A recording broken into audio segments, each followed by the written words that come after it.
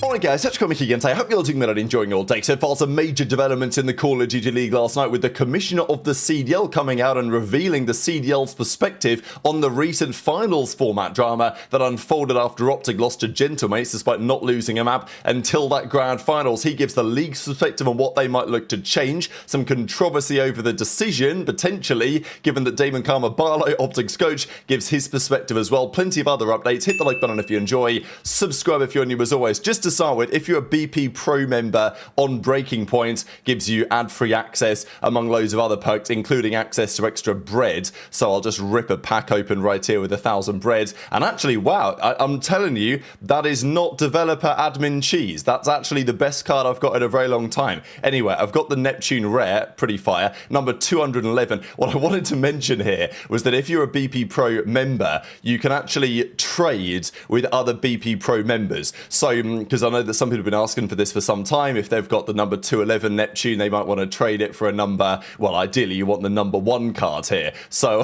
yes, we saw an attempted trade between Dashy's number 1 card in the Legendary and Gwinn number 1 in the Common. Didn't especially go to plan because you can present these cards on your profile, right? So that's why the trading is relevant. Anyway, that is currently available between to and from BP Pro accounts. We may open it up in due course. Another big update on the COD League is from Guy Blaze, the man behind the microphone of the Pro League for a long time now, not just in Call of Duty, but in Halo and various other games as well. He says the following last night: "Hey, want to be transparent with you all. I found out today that I will not be going to Major 2. Of course, Major 2 is the DreamHack event in Birmingham coming up at the end of next month. I think there's going to be a Halo tournament alongside it as well. They're using a stage host local to the region this season. Whoever is up there, make sure you show them respect and a lot of love. It's not an easy job. They deserve the support. Of course, it stings that after 8 years I won't be a staple of the broadcast, but honestly, I've had an incredible run. Grateful for every moment. Thanks for embracing me, for cheering me on, for making me feel like I belonged in the community from day one. The COD family has been the highlight of my career, and I mean that with my whole heart." So I'm not sure if he's going to be back in a Major 3, Major 4.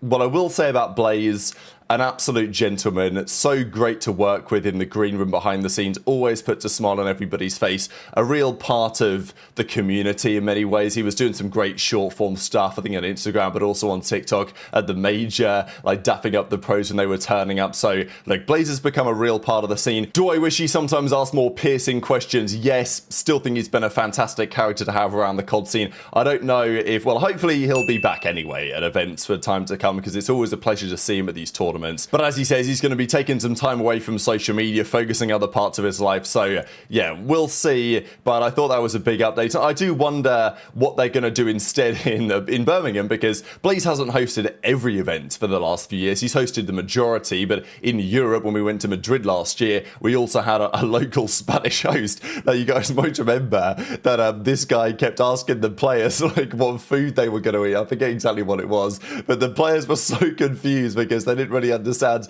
exactly what he was getting at. And look, and also at the World Cup, Blaze hasn't been there either. They've used their own host as well for that. So yes, I don't know who's going to be on the stage in Birmingham. I guess we shall see.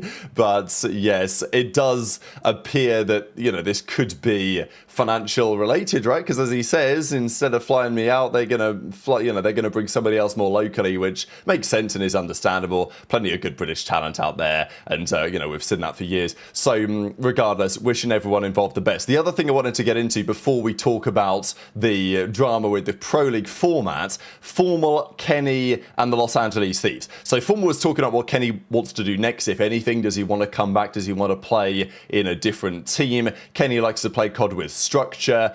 Yeah, he got blessed with Thieves' roster. I think there have been a key question in recent days. Should Kenny come back if Toronto are interested, especially after what we saw yesterday? Yeah, Insight had a great map 3 in the Overload, which they won.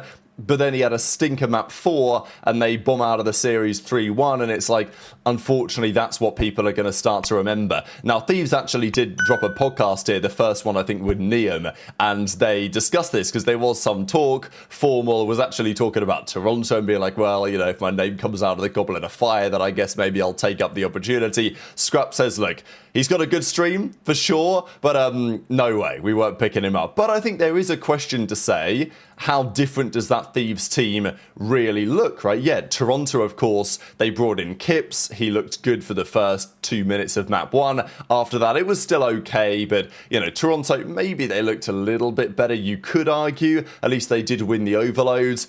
But it's not made a world of difference, right? They still lost the series 3-1. The last map wasn't really great. The way they lost the Search and Destroy wasn't great either. You know, maybe they're getting closer to being competitive again, but they've started off the stage so poorly. They couldn't really afford to lose last night, certainly not in the way that they did. And with Insight having a difficult final map of the series, it will continue to raise questions on whether they need another move, especially after all the rumours in recent days that they're trying to get Nasty off Boston. If they can't get him, they might try and get Kenny. Whatever the case is, you could expect maybe a Toronto change. And Toronto also were the bottom team in the league, at least in terms of this stage so far, coming into this match. So arguably, Thieves should have been expecting to handle business pretty impressively. Now again, there's some quality players on Toronto.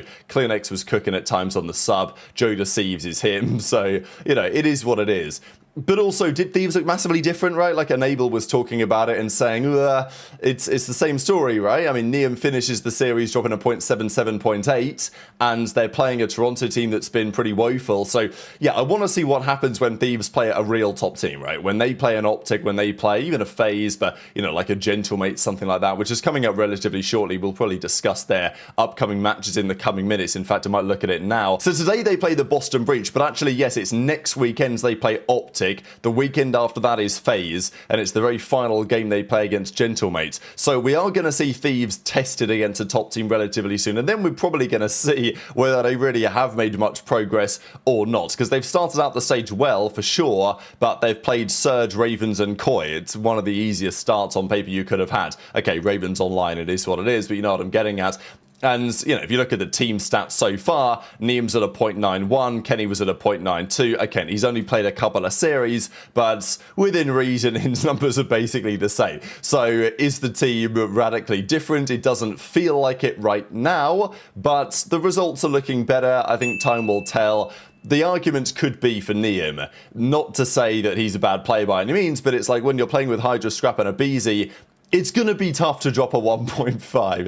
Like it's going to be tough to drop a 1.05, right? So that's why Nium obviously can temper his own expectations, but also I think there is a good argument to say they're going to give him and this roster this stint, this stage, these 11 qualifiers and the major. If it doesn't go to plan again, you could maybe consider another change if required. But I mean, look, they've won their first 3 series, so I'm not going to call for a roster change anywhere near yet. Now, back at the major, there was plenty of talk about the finals format. Now, again, people will say, and maybe they're right, oh, it's OpTic cheese. People are only talking about it because it's OpTic. And to be fair, would the CDL commissioner be commenting on this discussion? Would we have made a tweet about it if it wasn't for the discussion resulting from the fact that it was OpTic in the finals who lost, despite not losing a map going into those grand finals?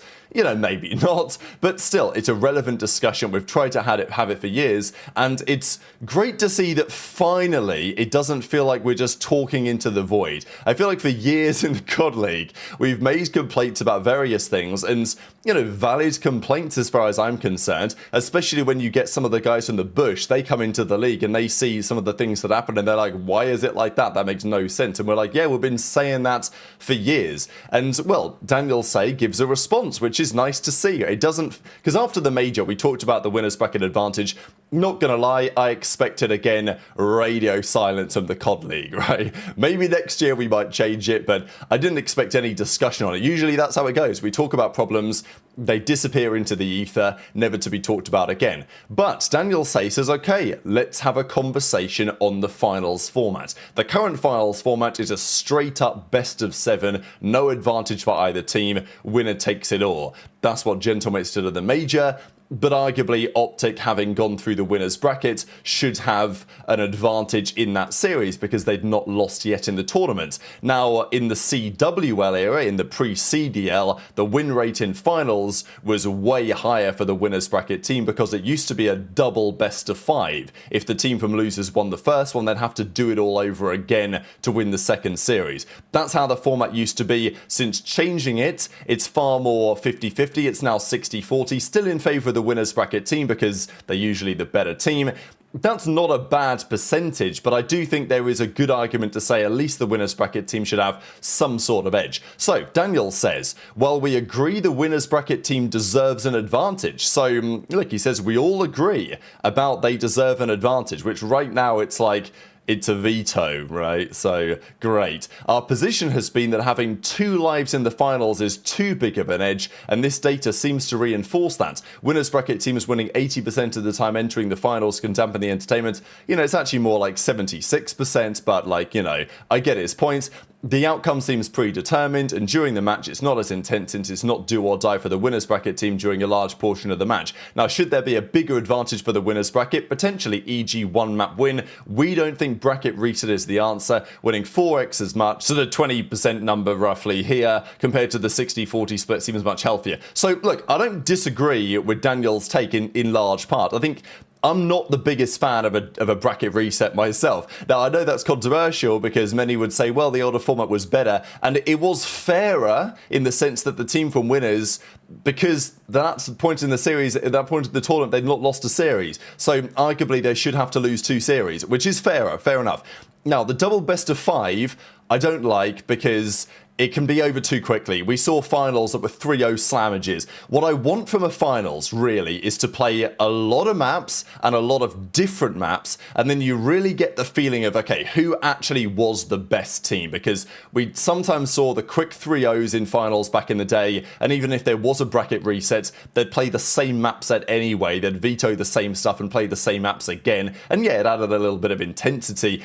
I'm also not massively in favour of finals when you can't easily predict when they're going to finish. The idea of having another series, it's a problem logistically as well. Lots of these venues and the staff they have to close at a certain time. The idea of having a bracket reset, it brings a lot of other factors into play, just logistically, that aren't ideal. I also don't think it's great for the fan. You know, there is data that suggests that the second best of 7 or best of 5, the viewership isn't as strong because, you know, people aren't always going to watch like a 4-hour series, to be fair to them, which I understand. As I say, there has been arguments to do it like they do in Halo, which is make it a double best of 7, then you still get the winners bracket fairness because the team has to lose twice, but then you get a longer series because it's a best of 7 rather than a best of 5. I get that argument. As I say, I still think there are other drawbacks. My preferred solution, and I've said this for some time, is a best of 9 with a 1-0 advantage.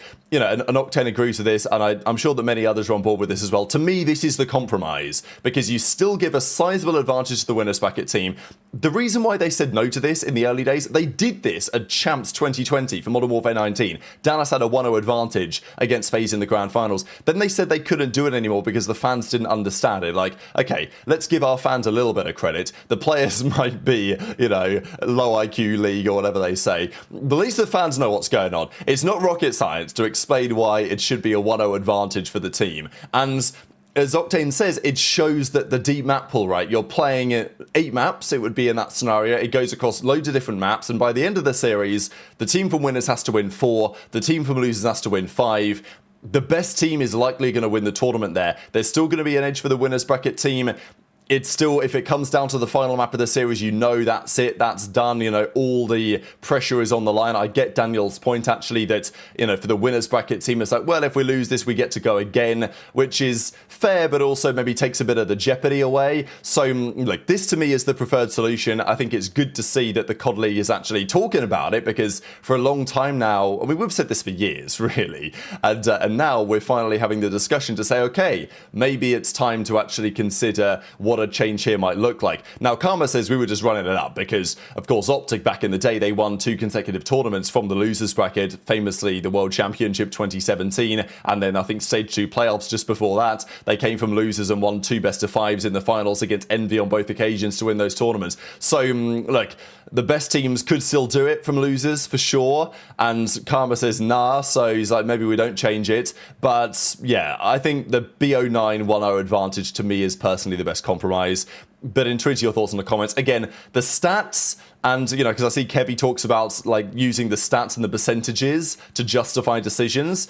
You know, I understand why that's probably flawed logic, but equally, the experience of the fan, on average, is the most important thing in any sport and entertainment, really. So that's why that does still need to be prioritized. I think there's a better solution. Intrigued to your thoughts in a comment. One final thing, these are the 4 games of tonight. Toronto have a must-win series, really, for if that team wants to stay together against G2. If they could beat G2, they can stay alive. If they lose, I think they might lose. It's probably going to be a game 5. I mean, you know G2. It probably goes the distance. Thieves Boston. Very interesting, actually. Can Boston cause some damage? Thieves certainly not the cleanest series against Toronto yesterday, so I think Boston could cause the upset here. Obviously, we know historically they have a great record against Thieves. On LAN, anyway. Online, maybe not quite so true. Gentlemates Ravens. See if Exceed and the boys can bounce back with that online play. And then OpTic play Miami last game. Also a very interesting game. Of course, a matchup that historically Heretics have looked pretty good in from a, well, matchup perspective,